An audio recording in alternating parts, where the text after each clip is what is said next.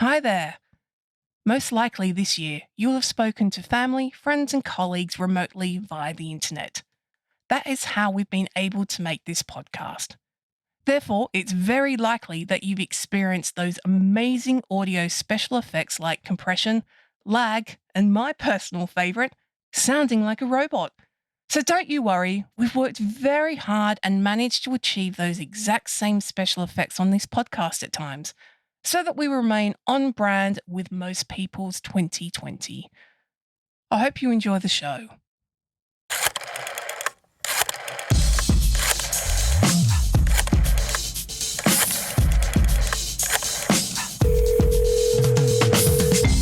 This is the Lockdown Hotline Sessions with your host, Danielle Lonnon. Sorry, please answer that.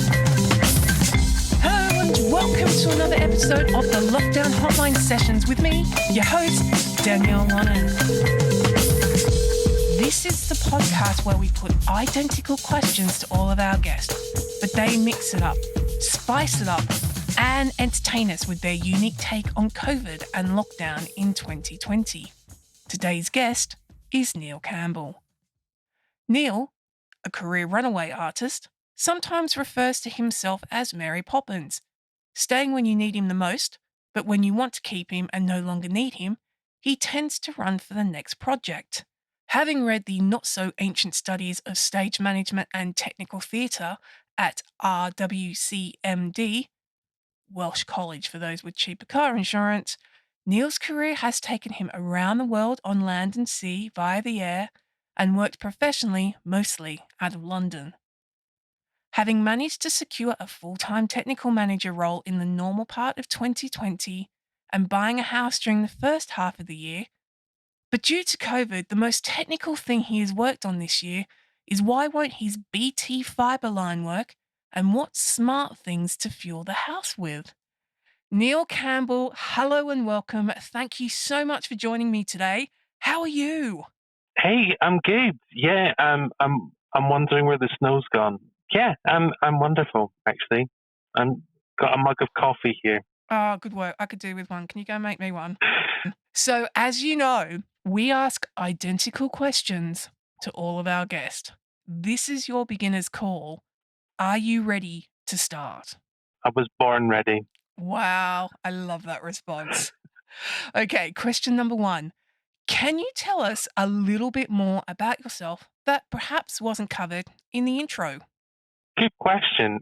My wife and I bought a house this year. Okay. At the beginning of lockdown, and we mainly because we didn't think that COVID was a thing like everybody else, and that there wasn't going to be a lockdown. So I think we went into lockdown on the Tuesday, and we were meant to move into our new house on the Friday. Wow. And we have won an award with our solicitor for the longest conveyancing transaction in the history of his career. And he never wants to go down that road ever again. Right. So we spent most of the first lockdown buying stuff, but I did some crazy things that I never thought I would do in 2020. I went panic buying, not in the supermarket, but in IKEA. Oh, wow. I went to IKEA with a shopping list and a van, and left with objects I was looking for, but not the same one. Apparently everybody had gone panic shopping in IKEA that weekend, or that day. Because they went, oh, by the way, we're going to close IKEA tomorrow. So I turned up at IKEA. I took the day off work, turned up with a van, and I had to go shopping in the warehouse with what was left on the shelves. And I couldn't push all the trolleys by myself, so I had to keep doing different trips.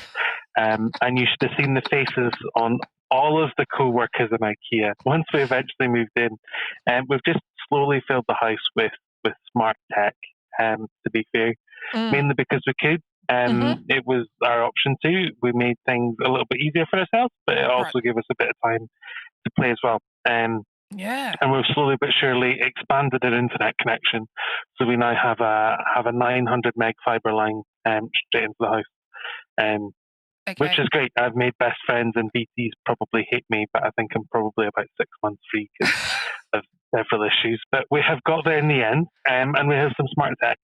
And can I just ask, when you said in your introduction, what smart things to fuel the house with? Now, you're in Scotland and it's a wee bit cold. When you mean Yeah. fuel, you don't mean to burn to heat the house, you mean to supply the house. Just wanted to triple check on that one.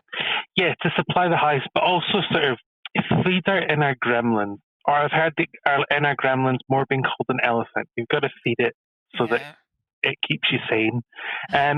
So we've kind of done some things to make life easy for ourselves. It's our first new house, and we're like, well, okay, do you know what? We can do this. We can do this. We don't know the area that we're moving to, so we'll do some other things. Like we have some of those Ring cameras stuff. I can't remember whether you get them in Australia or not. Okay. So we have a camera that's also the doorbell. Wow. Which is really cool because it's funny watching people drop stuff at the front door. Okay. But it senses movement at the front door and then vibrations at the same time. So if somebody, because so many delivery drivers think that they can not ring the doorbell, just tap the door and the camera won't activate. Yeah. Whereas our door senses that somebody's knocking the front door and rings the doorbell anyway. We've made things easier so that we can focus on the fun things in life, other than stressing about who's at the front door, or why does the doorbell not work, or why does the internet not work, or is the dog chewing his toy, or is the dog chewing the staircase? These are viable questions in the house. Right. Well, I'm going to ask you question number 2, or maybe I should ask Google. Hey, Google, what is your current location and what is the state of lockdown there? Will it answer for you? I'm in Scotland. Okay. I think it will end. We've just come out of, we have a 5-tier restriction method in Scotland at the moment, and it's different from the English 3-tier method. Okay. And although our restrictions are somewhat tougher, we still can't go to each other's houses. We're officially not allowed to cross between local authority areas within Scotland either. We're not allowed inside. We're not allowed to do many things. Today, no, I've lost track. But non-essential retail opens today. Oh, okay. And Primark is reopening today and is rumoured to be open for the next 36 hours straight because everybody wants to buy there for Christmas.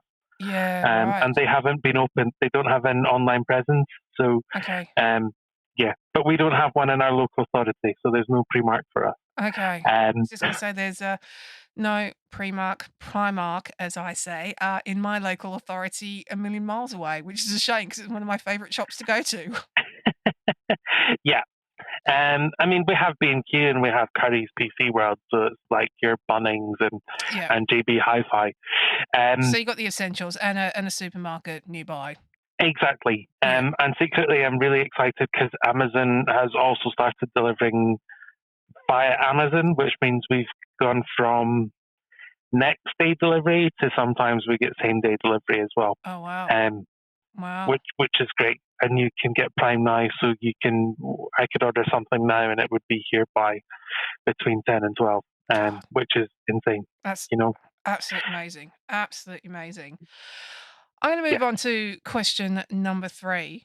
So are you still, well, you've kind of answered this, but maybe you can elaborate on it. Are you still in the same location as pre-COVID, as in early March this year?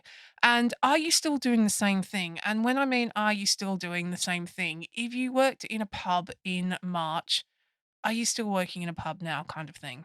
Oh, I'm not. I am, but not in the same location. We've moved where the roof is over our heads. Okay. And we've kind of divided the house that we were living in at the start of lockdown. Okay. In terms of, am I doing the same thing? Yeah. That's a difficult question. I'm still working for the same place, but we're not doing what we were doing pre-COVID. Okay. Sure. We've moved from an exhibition and conference centre that does gigs. It's one of the busiest venues, one of the busiest arenas on the planet, going by ticket stub numbers. But we're a hospital, and at the start of lockdown, we went through a whole transition phase, and we're still operating as a hospital. And the UK government has what they call the Nightingale model, where they convert loads of other spaces into hospitals and temporary hospitals. Okay. And most of them only treat COVID patients. Sure. The Scottish version, which we've called the Louisa Jordan after First World War nurse in Serbia, has a different model. We're still kitted up to be able to take 1,056 patients, I believe. Okay. And that's everything from high dependency through to everything else that you'd find in a hospital. To be fair, we've built a pharmacy, we've got medical imaging, many fun things, to be fair. Wow. It's the same but different. Yeah, okay. Well, fingers crossed and knock on wood, but it actually never gets used as a COVID hospital. Yeah, Yeah, yeah. right. Okay. Since COVID-19 and the restrictions started, what do you miss doing that you can't do right now? You work in the arts, you'll get this one. Mm. I am yearning to hear when you're mid-loading and you start testing the PA for the first time. Yep, I understand that. Would you like to explain that for anyone that doesn't work in events or in the entertainment industry? Yes, but I'm not sure how to. I think it's one of those little things that everybody subconsciously knows happens. Yep. Let's say you're on a touring production or even the in-house production, you normally unplug the entire PA system, the sound system, between every gig as you Mhm. set up. The setup is different, so you pull everything apart, and then there'll be a point in time during the setup of everything for the next event, where you turn it all back on and check that it works again, and you start checking all the lines. So you check each microphone works to the sound system, you check that the sound system still sounds the way it should do, that there's sound in the entire auditorium or the space in which you're working in. And it's one of those things you can't quite describe. It's kind of like it's like a little check to go, right, this is the audio's now working and they're doing sound checks. This is actually going to happen. Yeah. I'm going to move on to question 5, and I think this could be a really good one considering that you've been challenged in different ways. So, what do you feel that you have improved at during this time? Oh, many things, but I have had no choice but to learn how to properly wire Cat6 cable. Okay. And do lots of things around the house. To be fair, it's the first time we've owned a house. That's drew up lots of things this year. Sure. But we had so many issues with Wi-Fi, we still can't get to the bottom of why our Wi-Fi was cutting out. So we gave up and wired the house with Ethernet cables and all the rest of it. But the first iteration that we put through, the dog chewed through, which was great fun. So not just the first time I ran the internet cables in the house, and we just pegged it in going, that's fine, that works, that's fine, we'll leave it until we've got more time and we can put it in through the walls. So yeah, there's been a lot of learning how to wire cables. This really does sound like the Jetsons' house. I'm going to have to come and check it out one day. Definitely. Future tech. So you've mentioned that you've improved with your cabling skills. Wow. Yeah. On the flip side, what have you discovered that you are absolutely rubbish at? And it's probably normally motivating myself to take the dog for a walk, but Okay. we'll see that sometimes that changes, especially when it gets cold and dark. Yeah. Of course. At the moment, the sun doesn't rise here till closer to 8:45, and it started going again by about 3:30, 4:45. And we still have a few weeks left until the shortest day. So a lack of daylight brings about challenges. Sure. But no, in terms of other things that I'm rubbish at, probably washing the car. They're still building houses on the building site, Right. and there's just mud everywhere, so the car is never clean. Yeah. But there's nothing I found out that I'm purely rubbish at. Okay. There's things I don't like doing, but I have no option to do. Yeah. I like that. That's great. As everything has changed recently, everything's gone a wee bit topsy-turvy. Yeah. What have you discovered that you are unbelievably grateful for? The internet, Okay. hands down.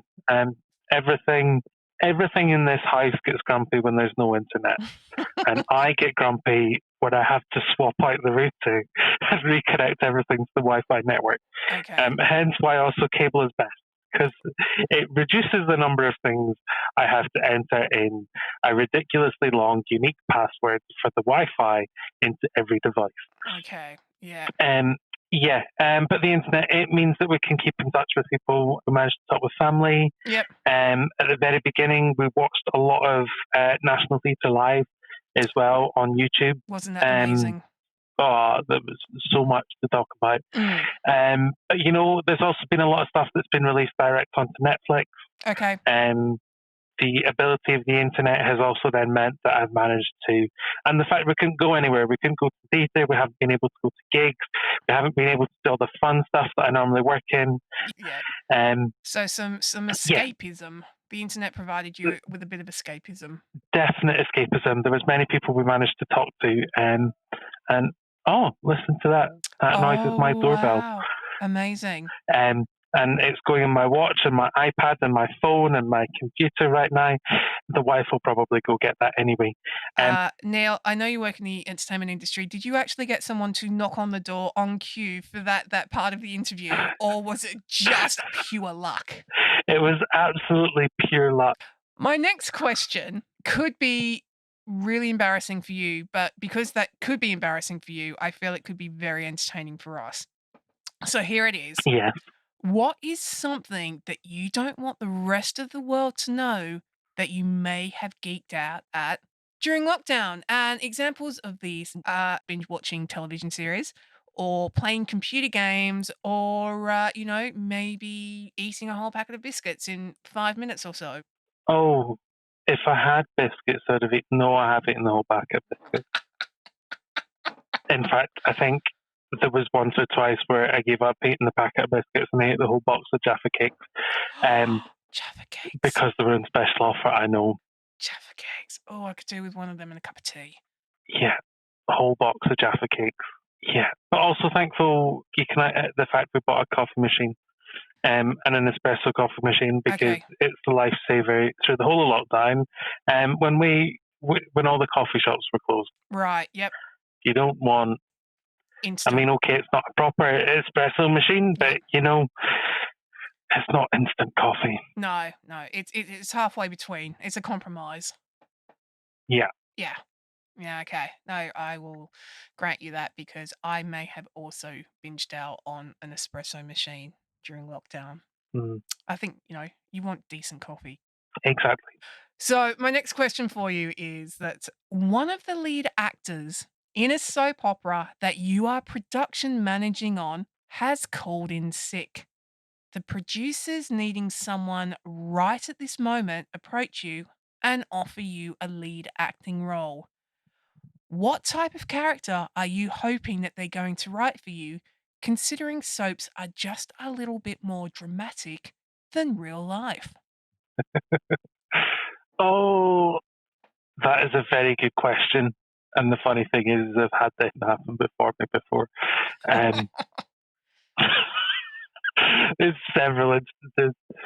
One was an ice rink, and I just about point blank refused. And I had another incident where I almost ended up becoming drummer for a West End performer one night. Right. I hadn't played drums in 15 years, so that could have been fun. Wow. And go very badly wrong. I think in terms of what kind of part I would want to play, it'd have to be someone that doesn't take life too seriously. Not the clown of the street. Yep. But that bigger than life character. Yep.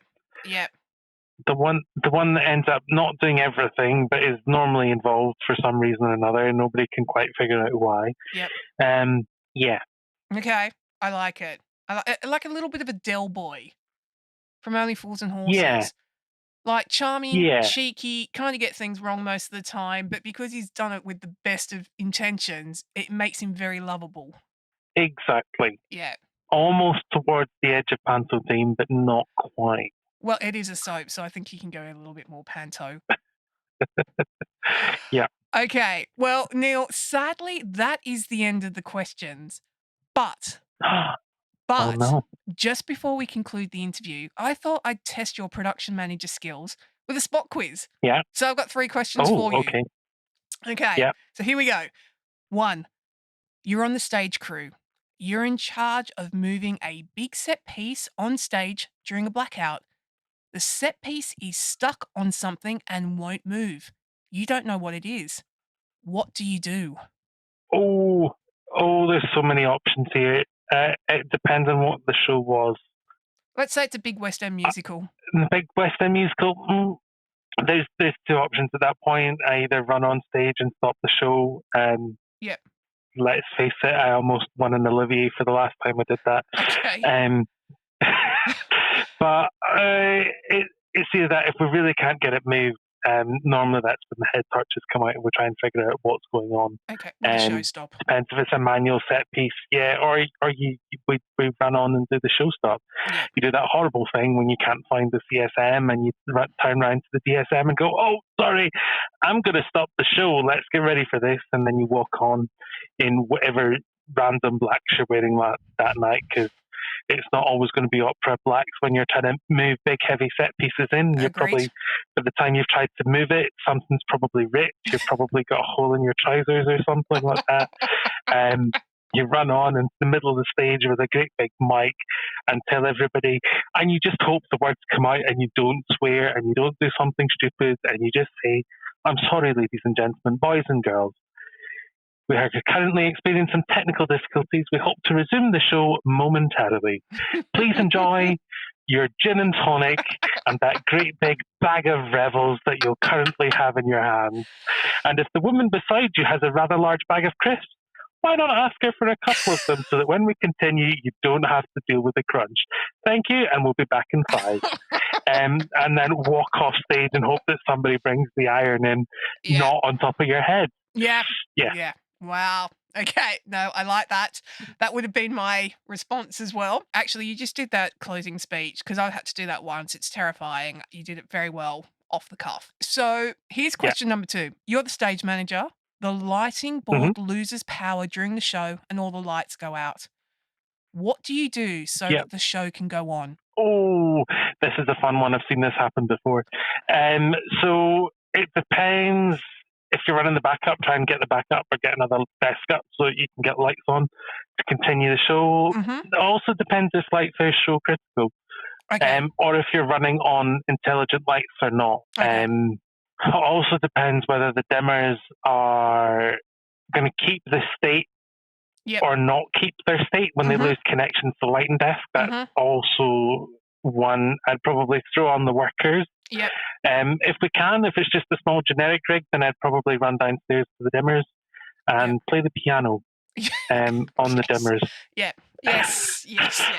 Old school. Absolutely. Warn the cast as well. Throw the company manager into the backstage corridor to field all the questions as to why we're still running when the lighting desk doesn't work. But hey, the show must go on. Yeah, absolutely.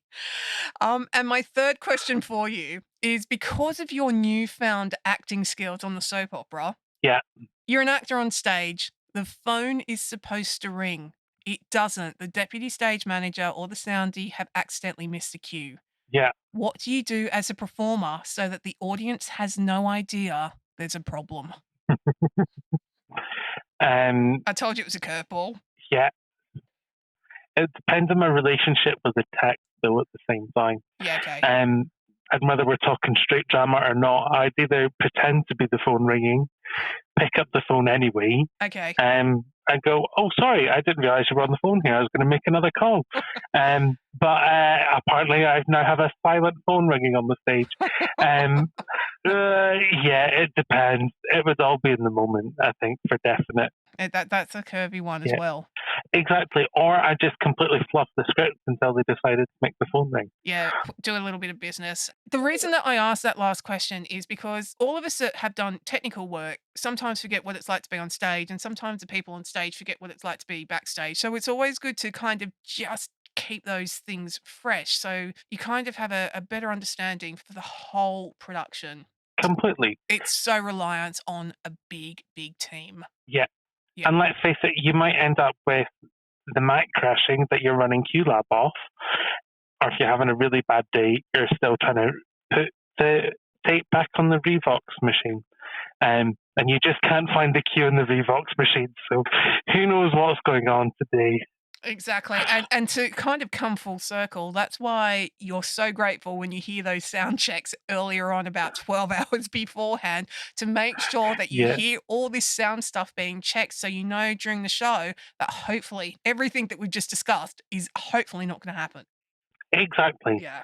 And sometimes everybody does have to listen to the same man going 1, 2 for 4 hours, and that's Yep. okay.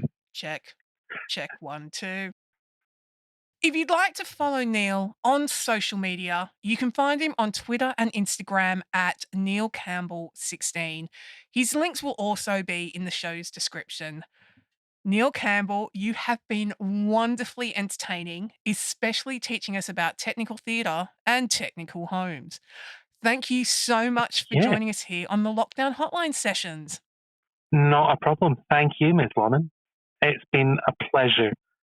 Well, as we come to the end of another episode of the Lockdown Hotline Sessions, my name is Danielle Lonnon, and you can find me on all the socials at DameDivaDan. Until next time, thank you so much for listening. Stay safe and be kind. Ciao!